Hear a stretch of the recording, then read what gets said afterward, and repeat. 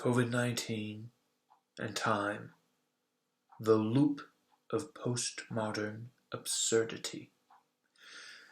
The theater of the absurd, the world has recently exposed itself as, is vaguely reminiscent of the scene the Greek Plotinus once described to account for the soul's fall into the world of material madness.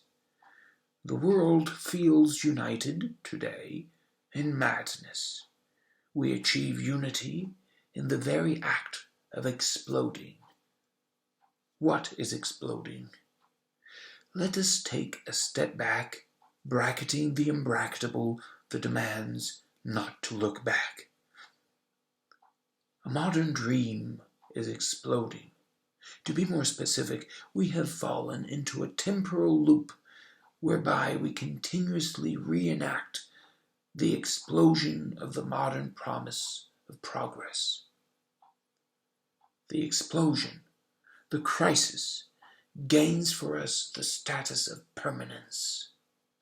If modern man is characterized by a historical consciousness, our post-humanist man is defined by crisis consciousness. Not merely the sense that we're condemned to a state of constant war, but the sense that constant war is senseless and ineluctable. How did we get here? Modern man had sought to reach the future by fleeing the past, conceived as mere material, Descartes' res extensa, to be transformed through the present into something reminiscent of the Bible's eternal life. The past, or death, is conceived as acquiring meaning strictly by being channeled through the present into the future. Modern time is necessarily linear and progressive.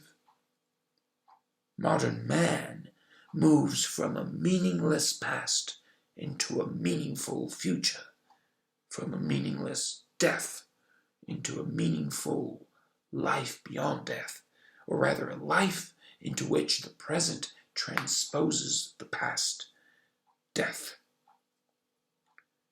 The future life emerges then as a projection of death. The crisis of modernity comes about where the future is no longer credible, or where, so to speak, the past reaches the present before the present may reach the future, as a large fish swallows a medium-sized fish before the latter can swallow a smaller fish. The bankruptcy of modern man entails the triumph of death over the plan to transform death into life, meaninglessness into meaningfulness. Death moves faster than modern virtue. No sooner has modern man's future exploded than his past explodes with it. No future means no past either, and thus no telos for the present, no direction for postmodern man. This loss of direction is the door to the current predicament.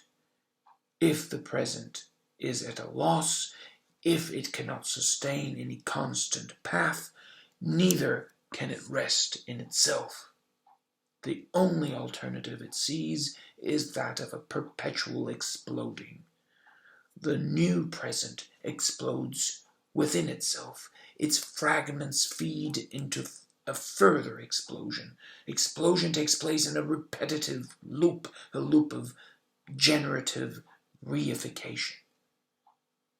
What we're living out today is the destiny of a postmodern man, incapable of bearing the sight of death overtaking him, because incapable of bearing the sight of a future beyond death.